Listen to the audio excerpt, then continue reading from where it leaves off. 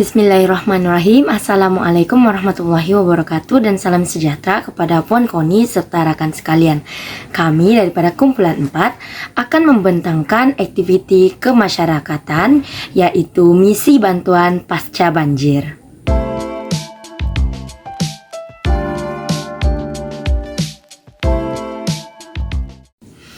Baiklah, kita masuk kepada 1.0 yaitu konsep elemen perlembagaan Malaysia. Seperti yang kita tahu, perlembagaan merupakan undang-undang tertinggi dalam sesebuah negara dan digunakan sebagai asas kepada penggubalan undang-undang. Perlembagaan Malaysia adalah luhur yaitu adil tanpa memberatkan kepada mana-mana kaum maupun agama yang terdapat di Malaysia. Oleh yang demikian, setiap rakyat di Malaysia khususnya mempunyai hak kelangsungan hidup yaitu hak kebebasan bersuara atau hak kebebasan beragama serta perlu mengelak daripada menyentuh isu-isu sensitiviti seperti sentimen perkauman maupun keagamaan sama ada dalam bentuk penulisan maupun bentuk percakapan bagi mengekalkan keharmonian negara. Baiklah, berikut merupakan poster misi bantuan pasca banjir. Seperti yang Anda dapat lihat, dalam poster ini terdapat contoh-contoh barang keperluan pembersihan serta barang keperluan yang akan diagihkan kepada mangsa. Dalam poster ini juga telah dinyatakan lokasi misi bantuan yang akan dijalankan serta sasaran sumbangan yaitu RM50.000. Dalam poster ini, selain bertujuan untuk mencari dana sumbangan daripada orang awam, poster ini juga bertujuan untuk mencari sukarelawan yang berminat dalam aktiviti kemasyarakatan khususnya bagi misi bantuan banjir inilah.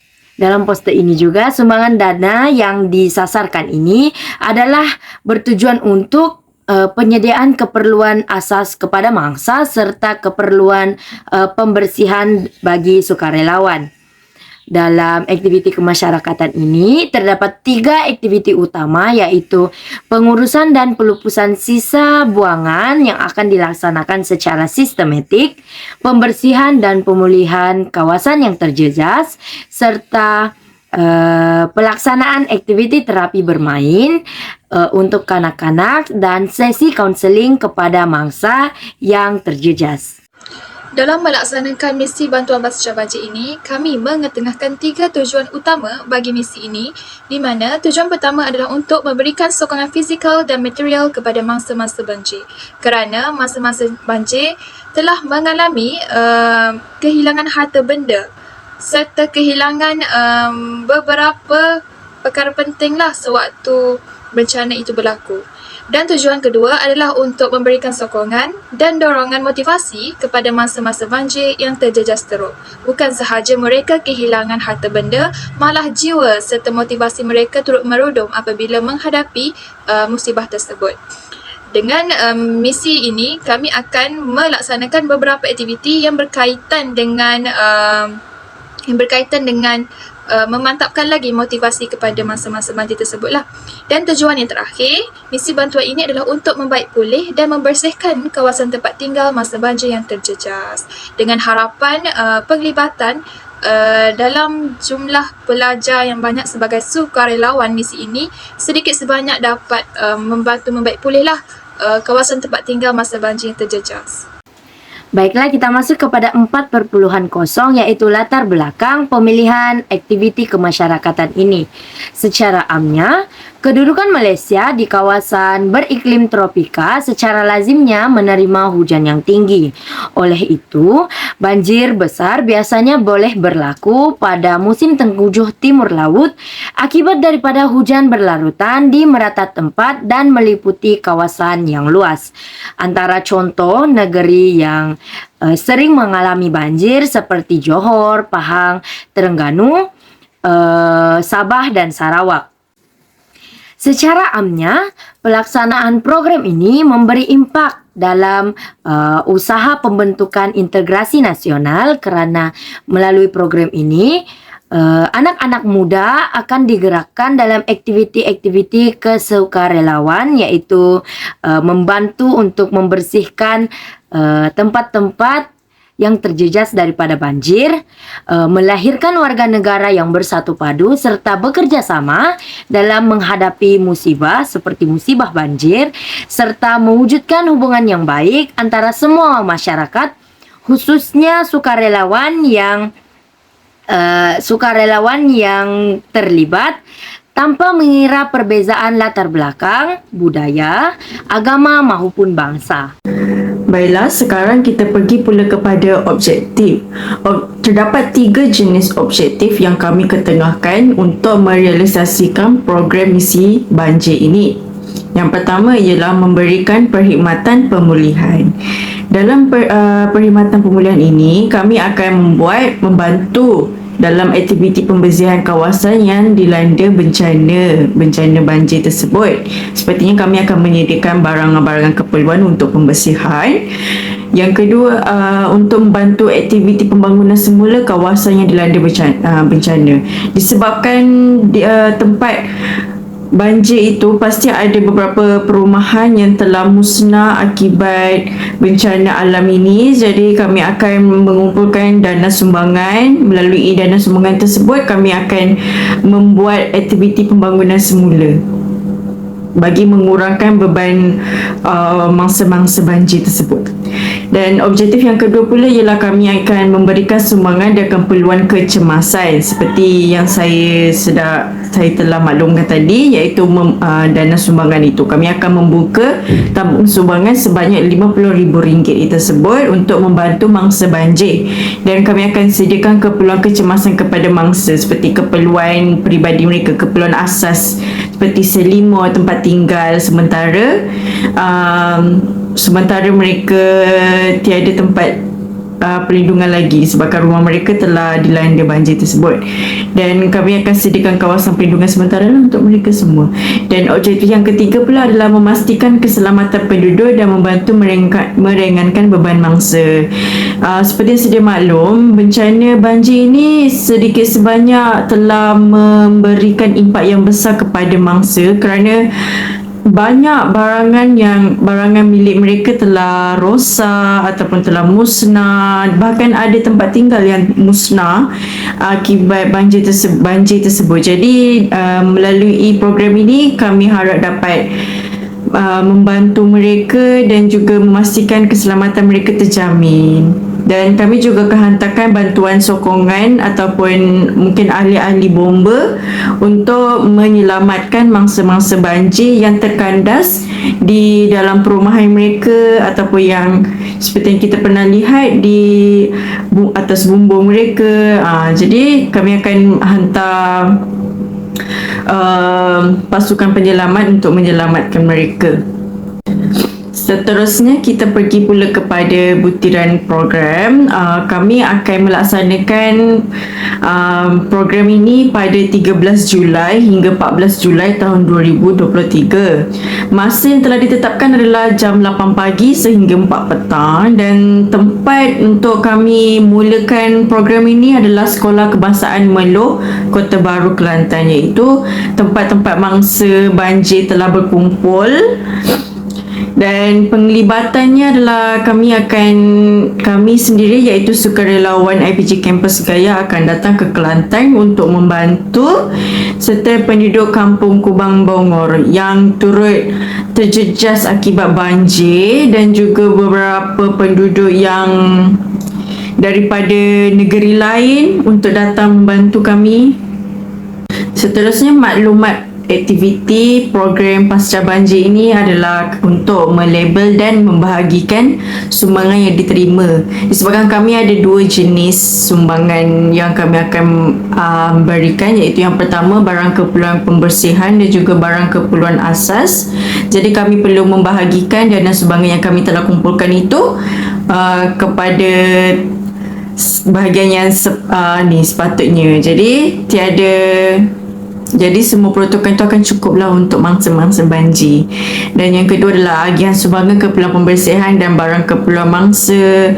Selepas kami dah membahagikan sumbangan tersebut, kami akan beri barangan keperluan mangsa itu itulah dengan kami punya AJK semua tu.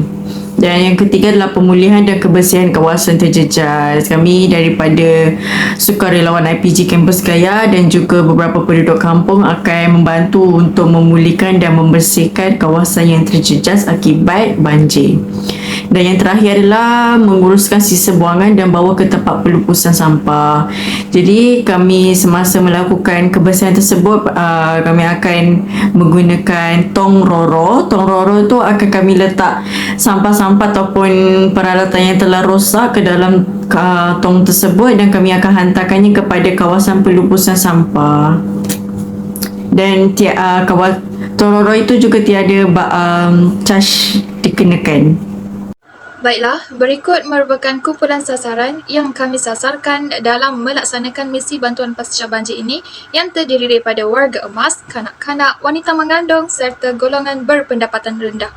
Kami menyasarkan golongan-golongan ini kerana warga emas merupakan golongan yang tidak mampu untuk melaksanakan setiap pekerjaan dengan kudrat mereka sendiri, dan golongan sasaran kedua itu kanak-kanak kerana tahap kemampuan kanak-kanak juga sama seperti golongan warga emas, manakala wanita mengandung merupakan golongan yang memerlukan sokongan dari segi mental lebih-lebih lagi, bukan sahaja fizikal, malah mental.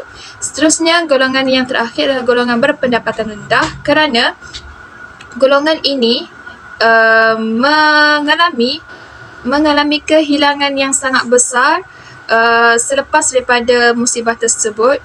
Bukan sahaja sebelum musibah, malah selepas musibah juga memberikan kesan yang sangat-sangat kritikal lah kepada golongan yang berpendapatan rendah ini kerana mereka tidak mempunyai sokongan dari segi kewangan maupun dari segi material, kerana mereka turut memerlukan sokongan untuk meneruskan hidup daripada pihak atasan sebelum daripada musibah banjir itu berlaku. Jadi keempat-empat golongan yang kami sasarkan ini adalah merupakan golongan yang betul-betul memerlukan bantuan dan dorongan daripada pihak kami. Seterusnya, saya akan menerangkan atau cara ataupun tentatif bagi pelaksanaan misi bantuan pasca banjir ini, di mana kami akan melaksanakan misi ini selama 2 hari, iaitu pada 13 Julai 2023 bersamaan hari Khamis dan hari yang terakhir itu pada 14 Julai 2023 pada hari Jumaat. Berikut merupakan pengisian aktiviti yang kami cadangkan dalam melaksanakan misi ini, yang dimulai pada pukul 7.30 pagi dengan pengisian sarapan pagi dan taklimat misi bantuan lah kepada sukarelawan serta warga kampung yang terlibat. Seterusnya, pada pukul 9 pagi, kami akan mula melaksanakan agihan bantuan kepada mangsa-mangsa banjir dari segi material terlebih dahulu. Seterusnya, setelah pengagihan itu dilaksanakan, kami akan mula melaksanakan gotong royong pembersihan kawasan banjir yang terjejas dengan bantuan warga kampung yang terlibat. Seterusnya, seusai sahaja aktiviti gotong royong dilaksanakan, semestinya pihak yang terlibat memerlukan tambahan tenaga ataupun waktu rehat. Jadi pada pukul 12.30 tengah hari itu, mereka akan mula menikmati juadah ataupun makan tengah hari, dan seterusnya melaksanakan solat Zuhur dan rehat sebelum menyambung aktiviti gotong royong pada pukul 2 petang. Seterusnya, seusai sahaja aktiviti gotong royong pada pukul 2 petang, mereka akan mula minum petang pada pukul 4.30 petang dan terus melaksanakan ataupun terus mendirikan solat asalah dan sedikit riadah bersama dengan sukarelawan yang terlibat. Kemudian, seusai sahaja riadah pada pukul 7 malam, mereka akan mula menikmati juadah makan malam serta solat maghrib dan isyak bersama-sama. Dan pada akhir waktu untuk hari Khamis bersamaan 13 Julai ini, kami, pihak sukarelawan menyediakan sedikit hiburan lah sebagai salah satu inisiatif terapi jiwa ataupun untuk mengurangkan rasa tekanan bagi pihak mangsa banjir yang terjejas dengan aktiviti menayangkan filem blockbuster kepada mangsa-mangsa banjir yang terjejas. Seusai sahaja aktiviti tayang blockbuster, kami akan mula tidur untuk persiapan pada keesokan harinya. Aktiviti-aktiviti tersebut secara tidak langsung dapat memantapkan lagi integrasi nasional serta menyokong pembinaan negara bangsa dengan lebih mendalam lah, sebab aktiviti-aktiviti kemasyarakatan seperti ini dapat mengeratkan lagi hubungan antara satu sama lain dan dapat menyokong mereka untuk terus melaksanakan aktiviti-aktiviti yang menerapkan perasaan kekitaan dalam kalangan masyarakat kampung yang terlibat. Baiklah, pada hari terakhir iaitu pada hari Jumaat bersamaan 14 Julai 2023, pengisian aktiviti turut bermula pada waktu 7.30 pagi di mana dimulakan dengan sarapan pagi serta taklimat ringkas misi bantuan harian terakhir lah. Di mana pada waktu ini kami akan memberikan taklimat mengenai aktiviti-aktiviti yang akan dilaksanakan pada hari terakhir seperti mana berlaku pada hari pertama. Seterusnya, selepas pada taklimat dilaksanakan, kami meneruskan agihan bantuan kepada mangsa-mangsa banjir bagi slot kedua pada pukul 9 pagi. Sebaik sahaja agihan itu dilaksanakan, kami akan mula membaik pulih sisa kawasan banjir yang terjejas. Kemarin pada 13 Julai kami melaksanakan gotong royong, manakala bagi hari terakhir kami akan mula melaksanakan proses baik pulih lah selepas proses pembersihan itu dilaksanakan. Seterusnya, seusai sahaja proses membaik pulih kawasan banjir yang terjejas, kami akan memberikan ruang untuk peserta, sukarelawan serta masyarakat kampung yang terlibat untuk makan tengah hari serta solat zuhur dan rehatlah pada waktu pukul 12.30 tengah hari itu supaya dapat mengurangkan tekanan mereka. Seusai sahaja solat zuhur dan rehat, kami akan sambung aktiviti pada pukul 2 petang di mana kami melaksanakan aktiviti sesi refleksi misi bantuan pasca banjir di mana kami akan mengumpul data ataupun membuat laporan lah mengenai misi bantuan pasca banjir kami ini dengan melibatkan warga kampung secara menyeluruh dengan meminta mereka untuk memberikan pandangan dan pendapat mereka.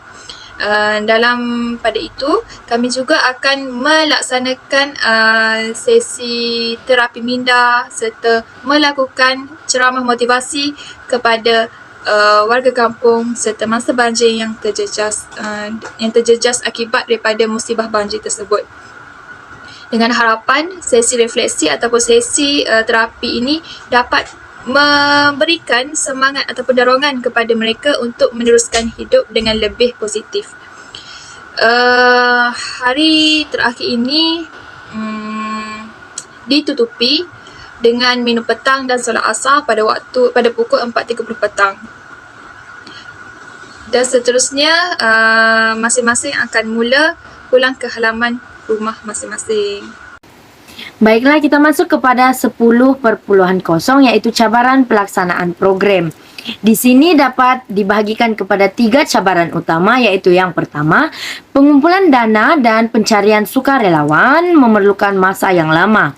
Hal ini kerana sukarelawan mungkin mempunyai kekangan seperti mereka mempunyai minat untuk menjadi sukarelawan, namun lokasi tempat mereka adalah jauh daripada tempat misi bantuan yang akan dijalankan. Selain itu, sumbangan dana juga kurang mencukupi, menyebabkan ahli jawatan kuasa perlu pergi ke syarikat-syarikat untuk meminta sumbangan secara bersemuka. Cabaran kedua ialah melibatkan penyediaan bahan keperluan pembersihan dan keperluan asas untuk mangsa perlulah dipastikan mencukupi. Dalam konteks ini, jumlah secara keseluruhan mangsa banjir perlulah diketahui dan dikenal pasti bagi memastikan barangan-barangan yang dibeli adalah mencukupi.